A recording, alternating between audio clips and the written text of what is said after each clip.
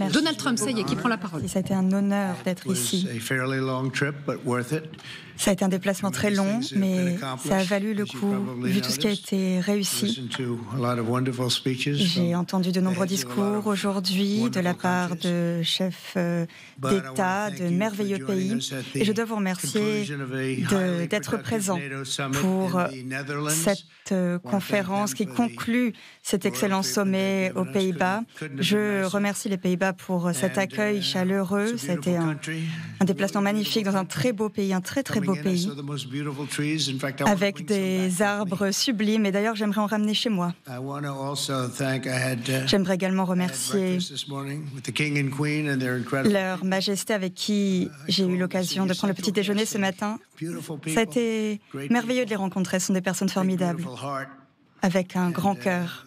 J'ai vraiment été ravie de rencontrer tout le monde et je voudrais remercier également Mark Rutte, un grand ami. Monsieur le secrétaire général fait un très grand travail de secrétaire général après avoir été Premier ministre de ce pays. Et j'ai également pu m'entretenir avec le Premier ministre des Pays-Bas et j'étais ravie. Nous avons ici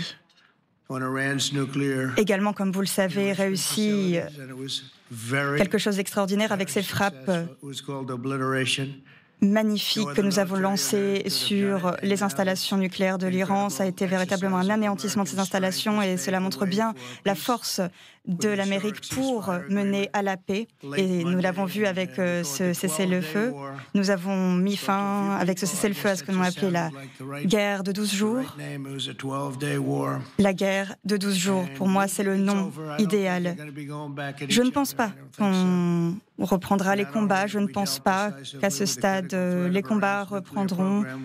Et ce que nous voulions, c'était mettre fin à ce programme nucléaire de l'Iran, car l'Iran ne peut pas avoir accès à ce programme nucléaire et cela fait des années, des décennies que nous le disons.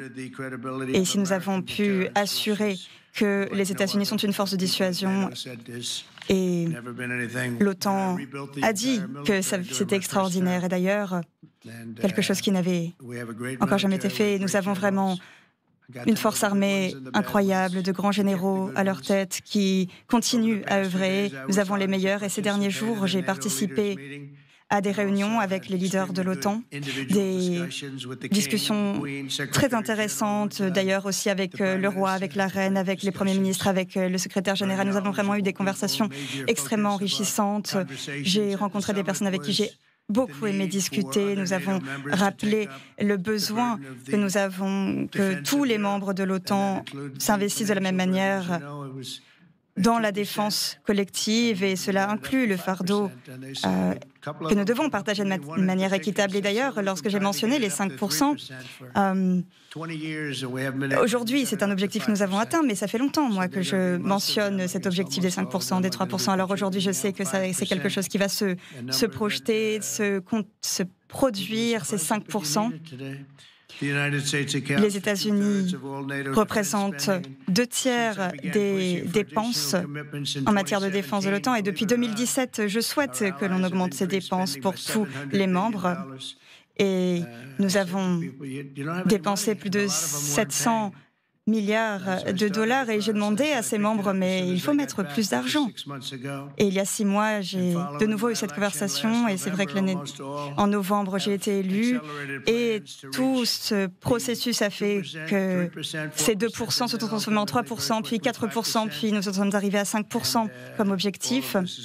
Et tout cela va se faire très rapidement, d'ailleurs presque immédiatement, et vous l'avez peut-être remarqué, les choses vont très vite et nous en avons beaucoup parlé aujourd'hui, ça a été d'ailleurs le centre de nos discussions.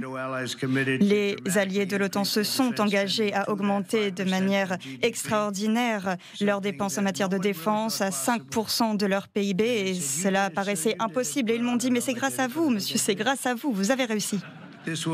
Et ça, on s'en souviendra en tant qu'engagement en matière de défense de l'AE, un engagement historique.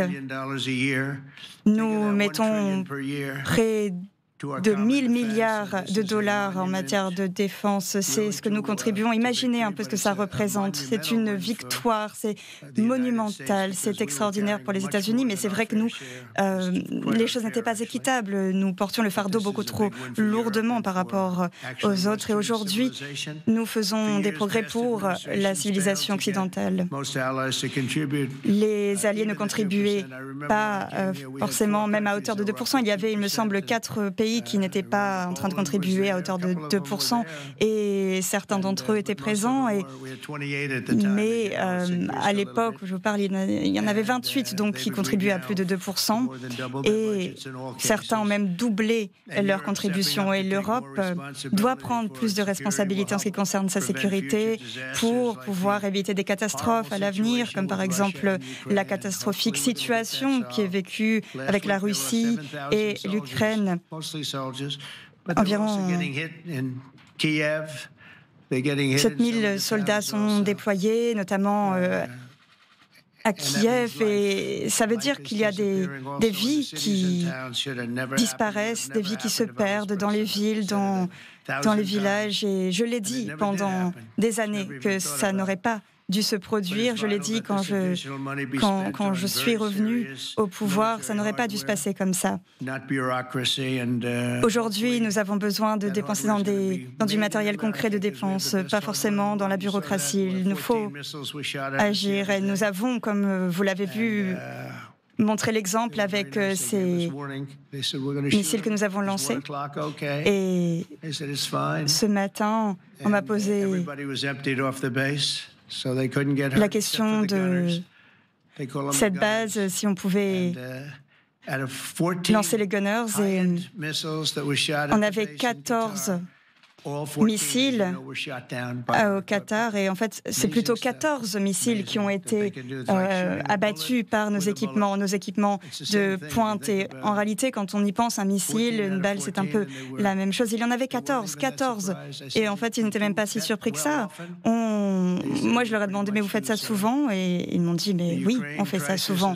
La crise ukrainienne est liée à l'urgence de rebâtir notre base industrielle de défense, et les alliés doivent œuvrer ensemble, car individuellement, ils ne peuvent pas se le permettre. Il est également nécessaire d'œuvrer sur les minerais critiques, comme vous le savez. C'est également un sujet pour l'Ukraine. Et enfin, nous voulons remercier encore une fois les personnes qui nous ont accueillis ici aux Pays-Bas, un pays magnifique, un pays formidable. Et j'aimerais remercier également l'Alliance pour ce sommet incroyable qui a été organisé. Et j'aimerais également revenir sur un rapport de l'AIEA, et plutôt sur l'Agence atomique d'Israël. Les frappes américaines ont été destructives et ont rendu l'enrichissement impossible de l'uranium dans les installations iraniennes qui ont été touchées. Ainsi, la possibilité de poursuivre un programme nucléaire a été retardée de plusieurs décennies. Ce programme, aujourd'hui, ne pourra pas se poursuivre. Donc, ce que ça veut dire ici, c'est que ça a fonctionné, et je voudrais d'ailleurs dire qu'il y a eu des fake news de CNN et du New York Times, et je suis vraiment désolée de tout ça, parce que c'est vrai que notre temps a été gâché, mon temps a été gâché par toutes ces fake news, car ce qu'ils ont dit, c'est que peut-être que les frappes n'ont pas vraiment réussi, ou peut-être que les installations n'ont pas vraiment été bien touchées. Certains ont dit que ces frappes étaient si destructrices que quand on regarde Nagasaki ou Hiroshima, lors de la Seconde Guerre mondiale, si les choses avaient été faites autrement. Enfin, ce que je veux dire, c'est que c'était tellement destructeur que, par exemple, Dubaï a dit que l'Iran a dit que les installations nucléaires ont été terriblement endommagées par les frappes américaines. Et ce qui me dérange ici dans ce rapport, dans ce rapport du New York Times, ce faux rapport de fake news. Et d'ailleurs, si je pouvais avoir mon mot à dire, il n'exercerait plus le New York Times. Mais ce que je veux dire, c'est que le problème ici, avec toutes ces personnes terribles, avec tous ces médias terribles, vous savez, quand ils ont commencé, ils avaient 94% de crédibilité. Aujourd'hui, ils en ont 16% grâce à moi. Et ça, c'est parce que les gens se rendent compte. Lorsque j'ai vu qu'ils commençaient à remettre en question le calibre, l'échelle de cette attaque, je me suis dit, mais c'est terrible. C'est terrible parce qu'en réalité, les installations ont été anéanties. Anéanties. Il n'y a plus rien à voir. On ne peut plus y aller. Il n'y a plus de tunnel. Tout est détruit. Et je pense que le personnel nucléaire est peut-être encore là-bas parce que c'est difficile d'y aller, le matériel aussi. Mais en tout cas, ils ont su que nous n'arrivions et ils n'ont pas pu bouger. Ils étaient là-bas encore. C'était trop rapide. Donc je ne pense pas que le personnel est resté non plus, puisqu'ils ne pouvaient pas bouger le matériel, mais les personnels ne voulaient pas rester là, car ils savaient que les frappes allaient se passer. Nous avions le meilleur équipement militaire pour faire cela, et d'ailleurs, il ne faut pas oublier les sous-marins. Des sous-marins qui étaient là-bas, et nous avons partagé 30 roquettes dans une zone, et chacune de ces roquettes, il me semble que c'était à 400 000 de là, c'était au large de l'océan, au large à distance, et nous avons lancé 30 roquettes. Chaque roquette a réussi très précisément à marquer sa cible. Ça a été très précis. Et nous en avons lancé 2 frappes de plus pour essayer d'être véritablement précis et de bien tout détruire. C'était extraordinaire comme frappe, incroyable. Incroyable ce que les sous-marins peuvent faire. Certains pays sont 20 ans en retard par rapport à nous en ce qui concerne la technologie des sous-marins. Et donc, la commission atomique, et d'ailleurs, les commissions atomiques de différents pays se sont exprimées, et ce que je vous ai lu, c'était de la commission israélienne. Mais d'autres commissions ont dit des éléments similaires, finalement, que tout avait été détruit.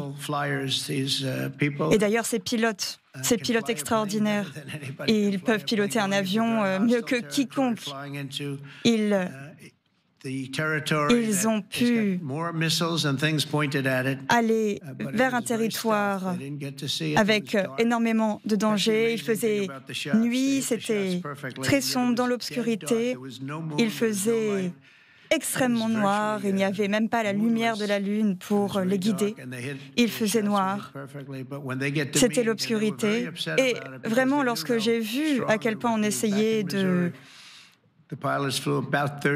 finalement renier ce qu'ils avaient fait, et c'est un travail extraordinaire qu'ils ont mené avec une énorme distance. On est parti avec 5 tankers, vraiment des tankers qui pouvaient ensuite leur donner le combustible dont ils avaient besoin. Et vraiment, c'était extraordinaire cette expédition. On a fait ce qu'on aurait pu faire autrement en des années et des années, en quelques jours, en quelques semaines. Et ça, je dirais que c'est extraordinaire. On a réussi à mener quelque chose qu'on aurait pu faire en 5 ans, par exemple, en quelques semaines. Et ça, c'est une grande victoire. Et lorsque je suis arrivé ici, eh bien, une autre victoire encore. L'idée ici est véritablement de protéger la sécurité du monde, la sécurité de l'Europe. Et les 5%, cet objectif, on n'y croyait pas. Et là, on parle vraiment de plus de 1 000 milliards par an. C'est énorme. Qui viendra finalement de pays qui, avant, ne payaient pas leur part. D'ailleurs, je n'étais pas seule ici, j'étais avec Marco Rubio, le secrétaire d'État, et également mon secrétaire de la guerre, on va l'appeler comme ça, puisque nous nous sentons véritablement comme des guerriers aujourd'hui. Quand on voit à côté Quand on voit à côté de la Maison-Blanche, on voit ce qu'on appelait avant le secrétariat de la guerre, le ministère de la guerre, mais bon, on est devenu politiquement correct depuis, mais bon, on se sent guerrier. Est-ce qu'il y a des questions pour moi? Oh là là, beaucoup de questions. Oh là là, vous n'êtes pas une personne de très bonne augure. Alors, qu'est-ce que vous allez demander? Je sais que vous n'êtes pas très aimable. Je vous connais. Merci, Monsieur le Président. Merci de prendre ce temps pour nous. Vous venez de dire que vous pensez que le conflit entre Israël et l'Iran est terminé. D'où vous vient cette confiance et pourquoi pensez-vous cela? Parce que je sais que ces deux pays en ont marre, qu'ils sont fatigués, que ça fait très longtemps qu'ils se battent très ardemment et ils ont été très satisfaits de cette conclusion. Ils avaient envie de rentrer chez eux et d'arrêter.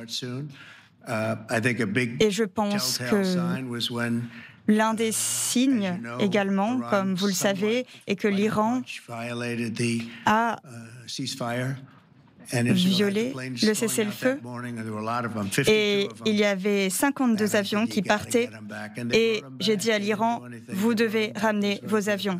Et ils l'ont fait. Et j'ai trouvé que c'était extraordinaire, c'était magnifique. Ça a été une guerre très très dure et je crois que la guerre a pris fin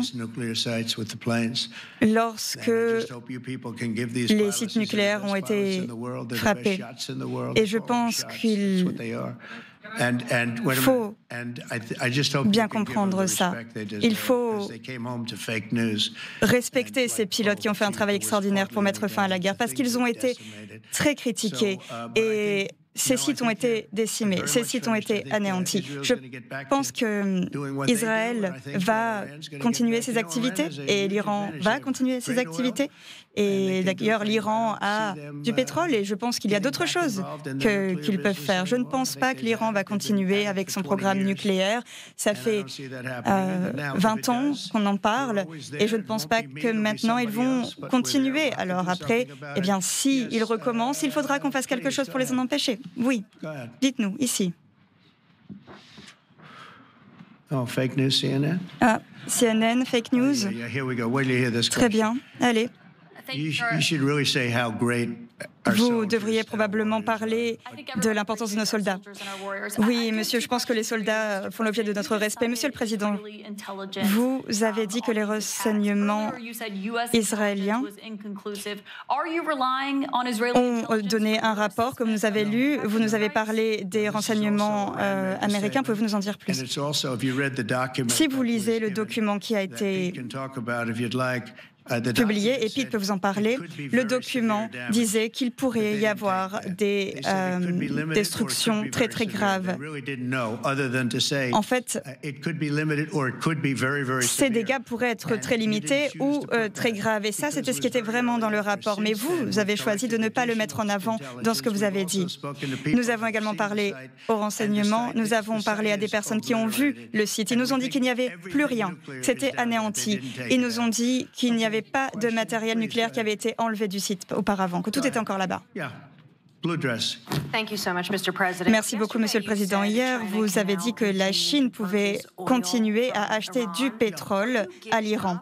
Est-ce que vous êtes en train d'abandonner cette campagne de pression maximum sur l'Iran? Ils reviennent d'une guerre, ils ont été courageux lors de cette guerre et ils ne l'ont pas abandonné.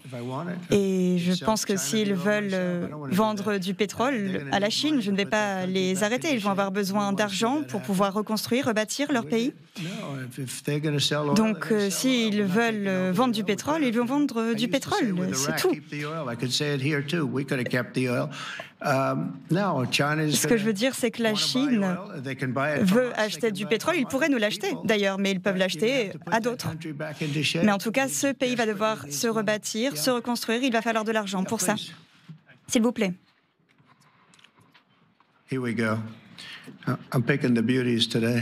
Je choisis les plus belles aujourd'hui. Bonjour, le secrétaire général Rutte a décrit le président Poutine comme une menace, un ennemi, un adversaire. Le voyez-vous de la même manière? Et vous avez mentionné le général Kane, votre chef d'état-major. Le général Kane, oui. Il a dit que M. Poutine a des ambitions territoriales qui vont bien plus loin que l'Ukraine. Est-ce que vous voyez les choses de cette même manière? Oui, c'est fort possible. Je sais qu'il aimerait se sortir de toute cette situation compliquée. Il m'a appelé la dernière fois. Il m'a dit, est-ce que je peux vous aider en Iran? Et je lui ai dit, non, vous pouvez m'aider en Russie. Parce que Pakistan, Kosovo, en Serbie, je crois qu'avec le Congo, avec le Rwanda, il y a des conflits très compliqués. Et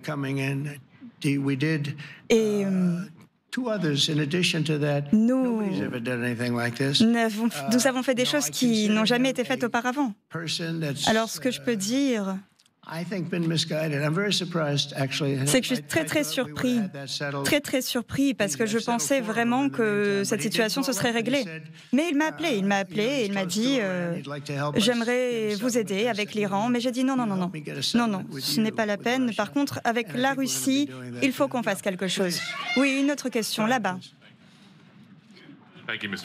Merci beaucoup, Monsieur le Président. Vous avez été très clair sur l'impact des frappes. Quelle est la suite avec l'Iran? Par exemple, est-ce qu'il y a des indications que les renseignements américains, est-ce que les renseignements américains peuvent nous dire que le matériel iranien a été déplacé? Est-ce qu'il existe encore? Non, ce matériel n'a pas été enlevé du site. C'est du matériel qui est très compliqué à déplacer. C'est du matériel qui est très lourd, très difficile à déplacer. Et ils étaient enterrés. Il faut penser que ces matériels sont au sous-sol, à 30-50 étages au sous-sol. On pense que c'est en dessous de granit, d'acier et de ciment et de béton. Alors je pense que de mon point de vue, la guerre est finie. Ils se sont battus, la guerre est finie. Alors, on peut leur demander une déclaration à l'Iran qui ne vont pas poursuivre leur programme nucléaire, mais bon, ils l'ont fait, même quand ils disaient qu'ils n'allaient pas le faire. Mais peut-être qu'à l'avenir, et j'ai demandé à Marco s'il voulait venir, et je lui ai dit, alors qu'on montait sur scène, je lui ai dit, est-ce que l'on doit leur demander une déclaration politique? Je ne pense pas que ce soit nécessaire, mais Marco, tu peux peut-être nous dire un mot. Monsieur le Président, je pense que vous voulez la paix. Et je n'ai jamais vu un président qui était aussi engagé pour la paix. Nous ne parlons que de paix avec tous les pays dans le monde. Alors évidemment, tout cela va dépendre de l'Iran et de sa bonne volonté. Mais négocier directement avec les États-Unis, c'est ça qui est essentiel, pas avec des pays tiers. Le président est probablement le président le plus engagé pour la paix de l'histoire moderne. Alors, nous allons leur parler la semaine prochaine. Nous allons parler avec l'Iran la semaine prochaine. Nous signerons peut-être un accord. Je pense que c'est inutile. Il y a eu une guerre. Les deux pays se sont battus. Maintenant, ils sont rentrés chez eux. Nous leur demandons ce que nous leur avons toujours demandé. Nous ne voulons pas qu'ils aient d'armes nucléaires. Et nous avons détruit leur capacité nucléaire. Je l'ai dit, l'Iran n'aura pas de capacité nucléaire. Donc, je ne suis pas certain qu'un accord soit indispensable, mais nous allons les rencontrer la semaine prochaine. Allez-y, c'est à vous.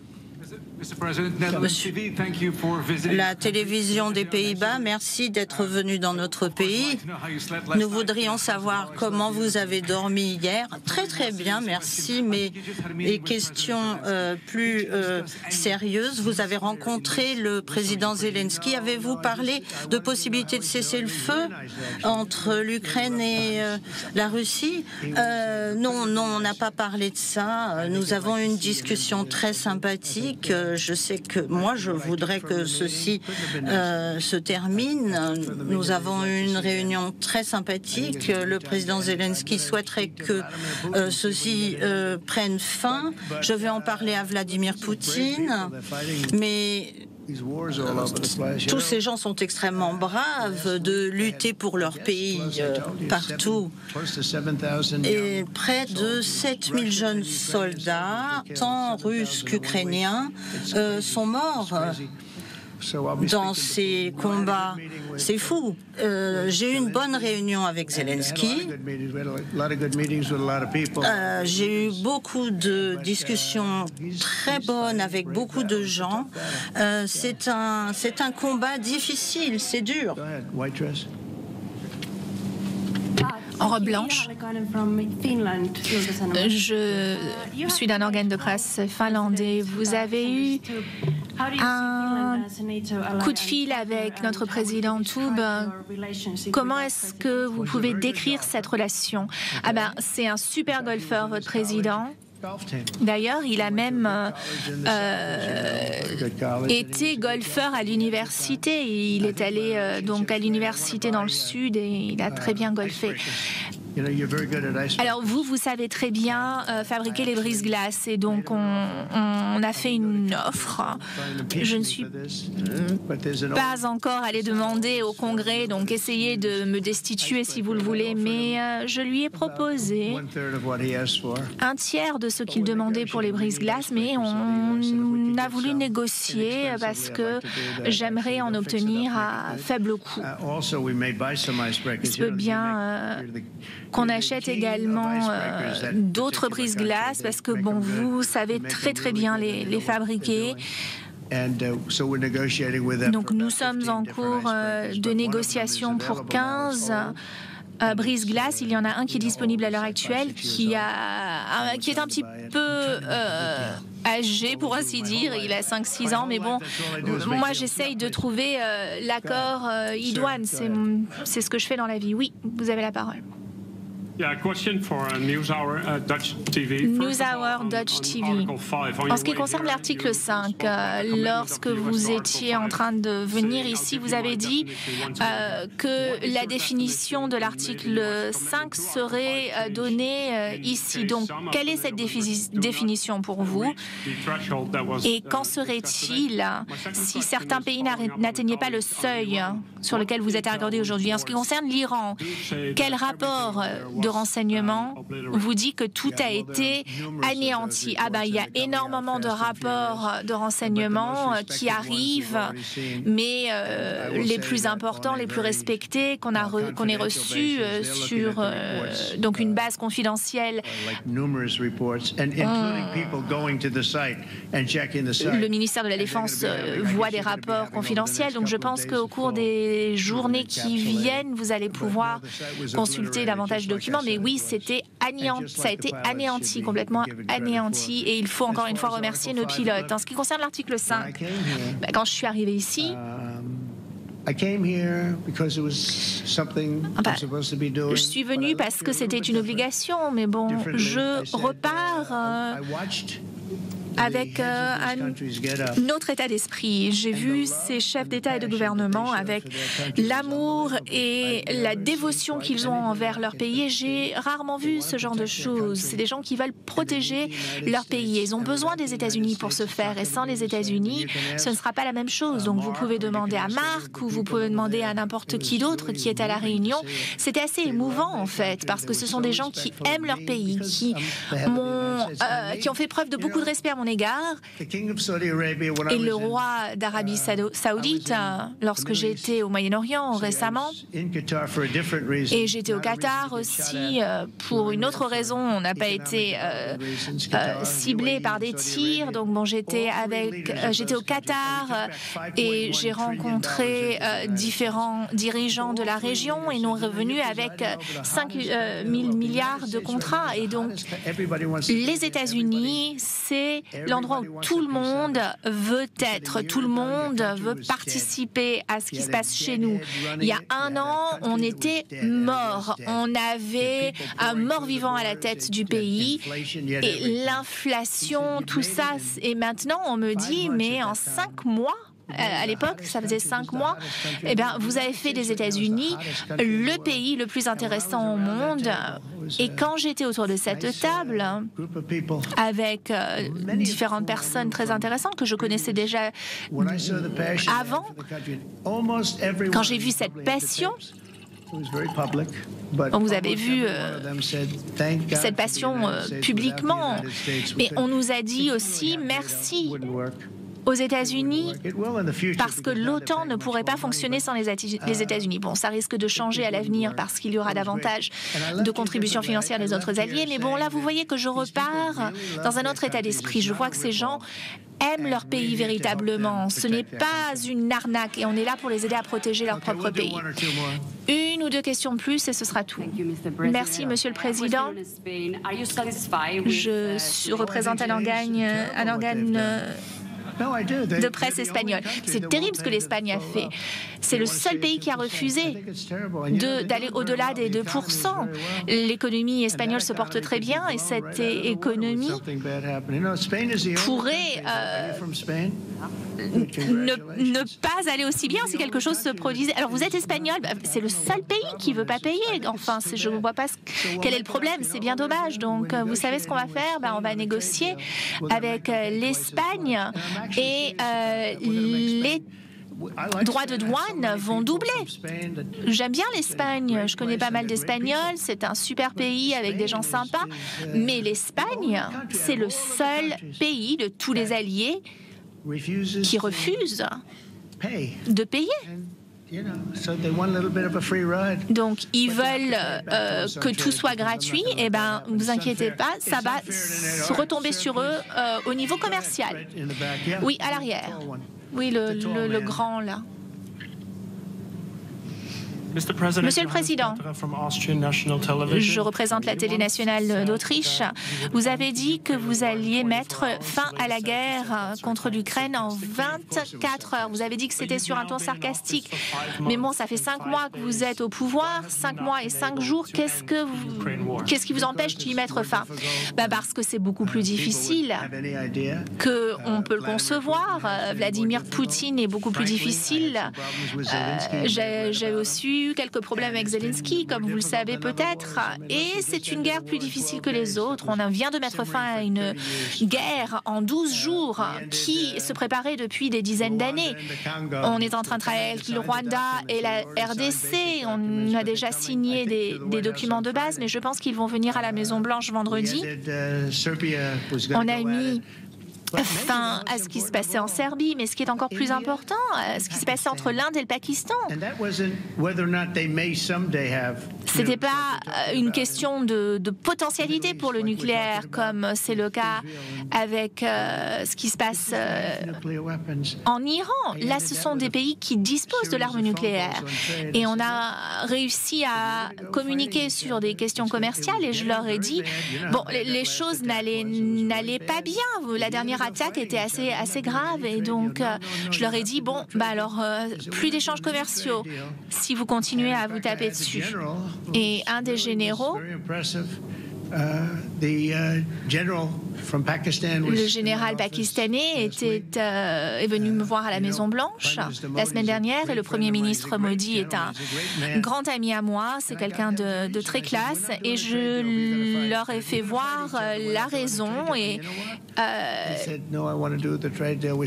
ils ont choisi les échanges commerciaux plutôt que la guerre. Jeff, ça c'en est un autre. Monsieur le Président, pour revenir sur la question de l'Ukraine, est-ce que les États-Unis vont contribuer davantage à la défense ukrainienne pour contribuer donc à hauteur de ces 5 milliards promis par les Alliés? Et ensuite, avec votre réunion avec l'opposition néerlandaise, qu'en est-il? Et est-ce que vous êtes troublé par sa position anti-musulmane? Ça ne me trouble pas plus que ça. Donc bon, lui, il est dans l'opposition et j'ai demandé à le rencontrer rencontré. Et en fait, ça paraissait logique qu'on rencontre les deux côtés. Donc bon, moi, je ne savais pas que c'était comme ça que ça marchait, mais bon, je l'ai rencontré. Il a l'air assez sympa et il est dans le parti de l'opposition et c'est le parti au pouvoir qui m'a demandé d'aller le voir. Donc le Premier ministre m'a dit, si vous me voyez moi, il faut voir l'opposition. Il faudrait qu'on essaie de faire ça. Non, en fait, non, ne faisons pas ça chez nous. Je pense qu'il a été très, très bien. Bon, pour ce qui est de l'argent, je ne sais pas, on verra. Vladimir Poutine doit vraiment mettre fin à cette guerre. Il y a des gens qui sont en train de mourir beaucoup plus qu'auparavant. À vous. Elle est toute contente. BBC News Ukrainian. BBC News d'Ukraine. Ma question est la suivante. Est-ce que les États-Unis sont prêts à vendre des systèmes de missiles air-to-air à l'Ukraine? Vous habitez en Ukraine? Mon ami s'y trouve, mon mari s'y trouve. C'est incroyable. Moi, je suis à Varsovie avec mes enfants. Est-ce que votre mari est un soldat? Oui. Il est là-bas? Oui. J'habite à Varsovie et vous êtes reporter. Très bien. Je vais vous dire, ils souhaitent avoir les missiles antimissiles, comme ils les appellent, les missiles patriotes. Nous allons voir si nous pouvons leur en trouver. Ils sont très difficiles à obtenir. Nous les vendons à Israël et ils sont 100% efficaces. Et c'est vrai que l'Ukraine souhaite disposer de ces missiles antimissiles ardemment. Et je comprends que ceci vous préoccupe. Vous direz bonjour à votre mari de ma part. Merci.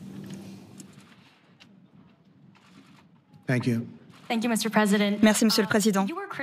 Vous avez... D'où êtes-vous? Bloomberg News. Incroyable, merveilleux.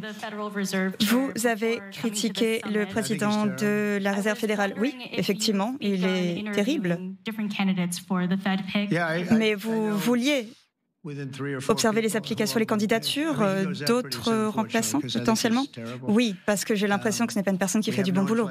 Nous n'avons pas d'inflation, nous avons une économie qui fonctionne bien, avec des centaines de millions de dollars qui vont dans les usines, et il y a de plus en plus d'usines, de plus en plus d'emplois. Je crois que nous en sommes à 15 000 milliards d'investissements, d'argent qui arrive dans notre économie.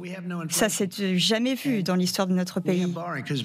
Et Biden, bêtement, a fait les choses sur le court terme, et donc nous avons emprunté, et peut-être sur 10 ans, peut-être moins, mais nous avons cette dette, et à cause de lui, à cause de Biden, nous allons devoir rembourser pendant des années et des années. Et je lui ai dit, il n'y a pas d'inflation. Il m'a dit, oui, mais peut-être qu'il y en aura. Et je lui ai dit, dans ces cas-là, eh bien, c'est tout. On augmentera les taux, et c'est comme ça. Mais évidemment, si les taux augmentent, alors la dette nous coûte plus cher. 4%, c'est 4%. Si c'est un point de moins, c'est 3%. En fait, on va finir par payer 2 ou 3 points de plus que prévu.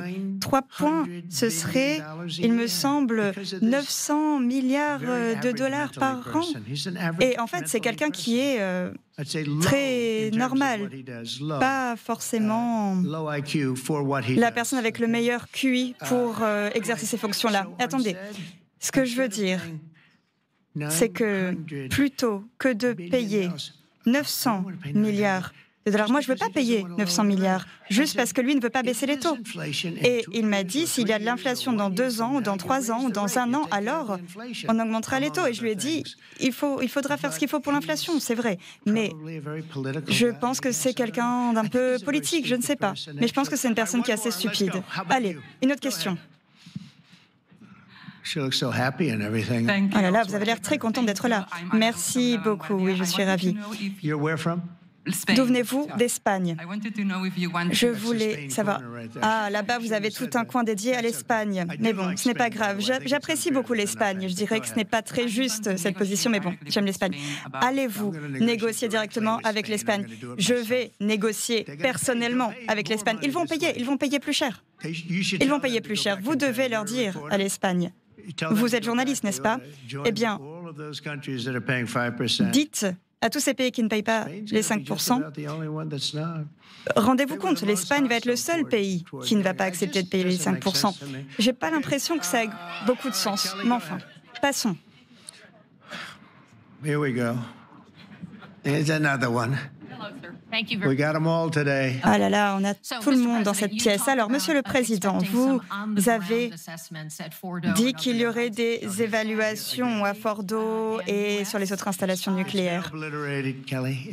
Kelly, ces sites ont été anéantis. Oui, mais cette communauté du renseignement et ses rapports, vous n'êtes pas en train de dire que le rapport des renseignements est faux. Écoutez, nous parlons de quelque chose qui s'est passé il y a 3 jours. Le rapport a été fait il y a 3 jours. Il n'y avait pas de signe évident. Alors oui, on peut prendre des photos et on voit des taches et on sait que de toute façon, le feu et toutes les explosions ont lieu dans le sous-sol, puisque c'est là où le matériel était. Mais toute cette zone, plusieurs centaines de mètres autour, on voit que tout est noir, que tout a été ravagé par le feu. Et d'ailleurs, nous allons publier un rapport. Mais au moment où ce rapport-là a été publié, le constat était que tout était anéanti. Mais si on regarde les dates, on ne parle que de quelques jours après les frappes. Donc oui, ils ont dit qu'il y avait une possibilité que tout ça soit anéanti. Est-ce que vous avez un message, Monsieur le Président, pour la communauté du renseignement sur la manière dont vous traitez les messages qui vous sont confiés? Écoutez, je leur dirai, faites votre rapport lorsque vous savez véritablement ce qui s'est passé. Si vous ne voulez pas utiliser le mot « grave » ou si vous utilisez le mot « grave » et que ce n'est pas grave ou le contraire, eh bien, ça ne va pas fonctionner puisqu'après, il y aura des journalistes, des personnes qui pourront dire « Ah, alors peut-être que les choses sont comme ci, comme ça ». Non, il faut avoir les réponses avant de publier quoi que ce soit. Monsieur le Président, j'aimerais passer la parole, s'il vous plaît, au secrétaire d'État. Monsieur le Président a appelé cela des fake news. Ces pilotes, ces personnels qui ont accompagné les pilotes sont partis, ont fait un voyage de 36 heures pour le peuple américain et pour le peuple du monde, anéantir ces installations nucléaires. Et l'instinct du New York Times, l'instinct de CNN, c'est de trouver une manière de détourner l'information pour des raisons politiques, pour essayer de montrer le président Trump comme quelqu'un qui n'a pas bien fait les choses. Il se moque de toutes les conséquences, il se moque de tout le reste. Les personnes qui fuient des informations le font pour des raisons bien précises. Alors, ces informations ont-elles été fuitées en entier avec toutes les informations? Ou est-ce que l'information qui a fuité a été faite exprès pour que l'on doute de tout cela? C'était un rapport préliminaire. Un rapport préliminaire. Alors qu'il y a des bombes anti-bunker avec des tonnes d'explosifs qui ont frappé des installations qui aujourd'hui n'existent plus. Alors, aujourd'hui, si vous voulez plus d'informations, prenez une grosse pelle et allez creuser et regardez, parce que les installations n'existent plus. Elles ont été anéanties. Et peut-être que vous viendrez nous dire « Ah oui, mais bon, dans ce rapport, on nous dit qu'on n'est pas bien sûr, que tout a été bien détruit. » Non, les personnes qui ont lancé ces bombes savent précisément ce qu'ils ont fait. Et l'Iran le sait absolument également. L'Iran a dit que les installations nucléaires, que le programme nucléaire avait été retardé, et ce, de manière impossible à prévoir pour eux, parce que cela est vrai. Le rapport disait ce qu'il disait. Le rapport a été publié tel quel. Mais il n'aurait pas dû publier ce rapport avant de savoir exactement ce dont il parlait. Je pense que Pete l'a très bien dit. Et vous devriez être fiers. Vous devriez être fiers de ces pilotes. Et vous ne devriez pas essayer de nous dire qu'ils n'ont pas fait du bon travail parce qu'ils ont fait un excellent travail avec beaucoup de risques. Vous et NBC et toutes les fake news, CNN, le New York Times, ce sont des médias horribles. Vous devriez féliciter les pilotes plutôt que de venir me chercher et de venir essayer de me faire du mal. Ces personnes sont dévastées aujourd'hui. Vous savez que on m'a appelé et on m'a dit que le personnel dans ces avions, les pilotes, étaient terriblement affectés par ce qui a été dit, parce qu'on a essayé de minimiser leur exploit.